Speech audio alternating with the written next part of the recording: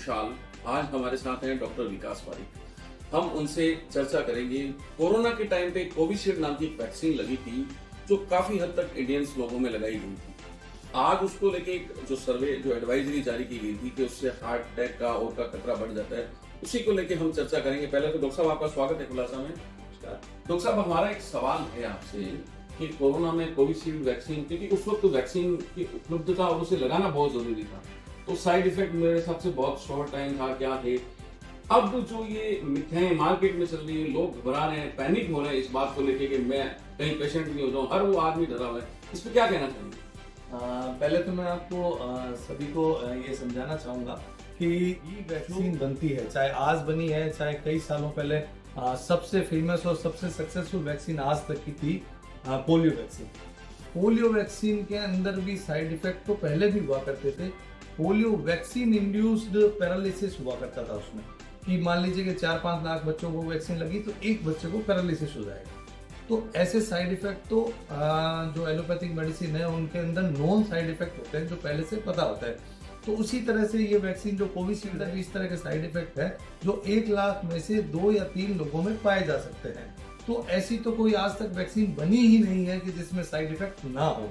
ये हो सकता है कि जानकारी के अभाव में या लोगों को इसकी जानकारी ना हो तो इस तरह का पैनिक क्रिएट हो रहा है, पर पैनिक क्रिएट करने वाली कोई बात नहीं है। दुनिया के अंदर ऐसी कोई ड्रग या ऐसी कोई दवा या ऐसी कोई, इवन पैरासीटामोल भी ले लीजिए, उसका भी नॉन साइड इफेक्ट होता है जो कुछ एक लोगों में पाया जा सकता है। इसका मतलब ये नहीं है कि हम पैरासीटामोल लेना ही छोड़ दें। हमेशा किसी भी ड्रग के अंदर रिस्क बेनिफिट रेशियो देखा जाता है कि उस दवाई को लेने में रिस्क कितना है और उसका बेनिफिट कितना है। तो उस समय में, कोविड वाले समय में, बेनिफिट ज्यादा था, रिस्क उसका कम था, इसलिए हमने वैक्सीन सबको लगाने के लिए आग्रह किया था और वैक्सीन उपलब्ध हुई थी और सब लोगों ने लगाई। लेकिन डॉक्टर साहब, जैसे कि बात सामने आ रही है, लोगों को हार्ट अटैक भी बढ़ा है इन दिनों में, और फिर ये एक जो गाइडलाइन जारी है उसके बाद में लोगों में गए, तो अब एक जिनकी ये वैक्सीन लगी, क्या उन्हें कुछ विशेष उपचार की जरूरत है या कुछ नहीं, वो नॉर्मल अपनी लाइफ? देखिए, पहली बात तो मैं आपको बताऊं कि जो भी डाटा लोग लेके आ रहे हैं कि लोगों में हार्ट अटैक बढ़ा है, कहीं भी ये प्रूवन डाटा नहीं है। किसी भी भारत की संस्थान ने इस तरह की स्टडी नहीं करवाई है कि वैक्सीन लगाने वालों में हार्ट अटैक हुआ है। हार्ट अटैक के अनेकों कारण होते हैं, जो आपकी लाइफस्टाइल है, ब्लड प्रेशर है, शुगर है, मोटापा है और कुछ भी नशे का सेवन है, बहुत सारे कारण होते हैं। तो ऐसा आप कभी भी नहीं कह सकते कि ये वैक्सीन के कारण हुए।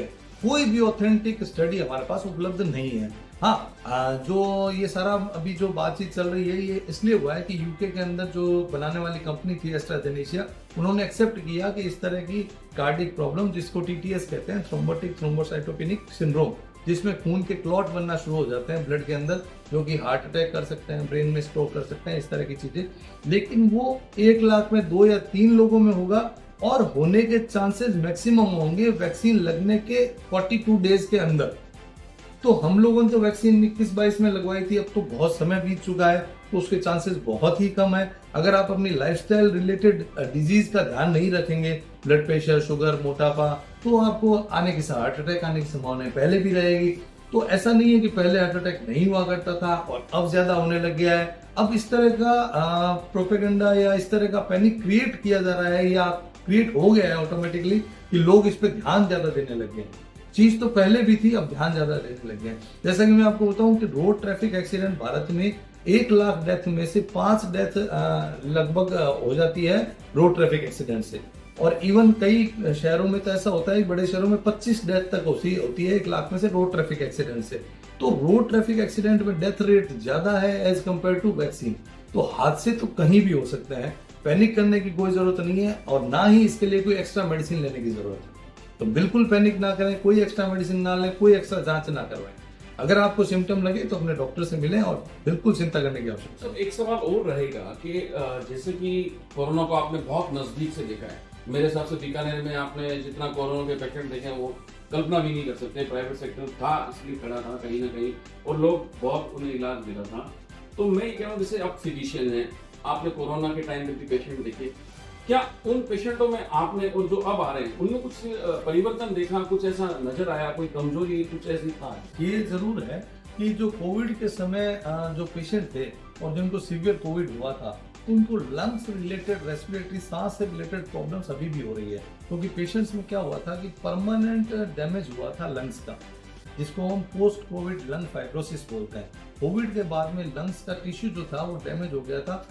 बहुत से ऐसे पेशेंट हैं जिनको आज भी चलने में दिक्कत हो रही है, आज भी उनका सांस फूल रहा है, आज भी उनको बाईपैप मशीन लगाने की जरूरत पड़ रही है, ऑक्सीजन लगाने की जरूरत पड़ रही है।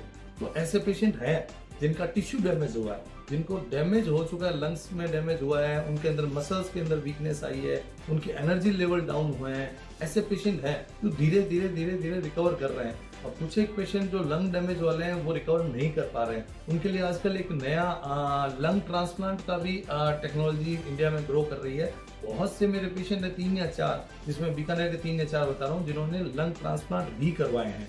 तो लंग ट्रांसप्लांट का भी चलन अभी चल रहा है, जिनके लंग्स परमानेंट डैमेज हो चुके हैं। तो पेशेंट तो हैं जिनमें दिक्कत तो आ रही है, पर वो टिश्यू डैमेज की वजह से है, ना कि वैक्सीन की वजह से। बिल्कुल, ये थे हमारे साथ डॉक्टर विकास पारीक, जिन्होंने बताया कि आपको घबराने की बिल्कुल जरूरत नहीं है, चाहे आपने कोवैक्सीन लगाई हो या कोविशील्ड लगाई हो। आपको बिल्कुल भी घबराना नहीं है, ऐसा कोई मतलब डेटा नहीं है। ये बिल्कुल कहीं ना कहीं ऐसी चीजें होती हैं जब हम कोई भी ट्रीटमेंट लेते हैं, और खासकर जो वैक्सीन बनती है, तो इतने जल्दी वैक्सीन बनने पर उसका प्रोसेस वो फॉलो नहीं कर पाते हैं, या जो जांच की प्रक्रिया होती है वो पूरी नहीं कर पाते हैं, क्योंकि उस वक्त जरूरी था सिर्फ टीका लगाना है, एक बार इंसान की जान बचाना है। तो बिल्कुल भी पैनिक मत होइए, अपने स्वास्थ्य का ख्याल रखिए। मैं खुलासा न्यूज पोर्टल से कुशाल सिंह वेड़तिया, दिगेश्वर के साथ।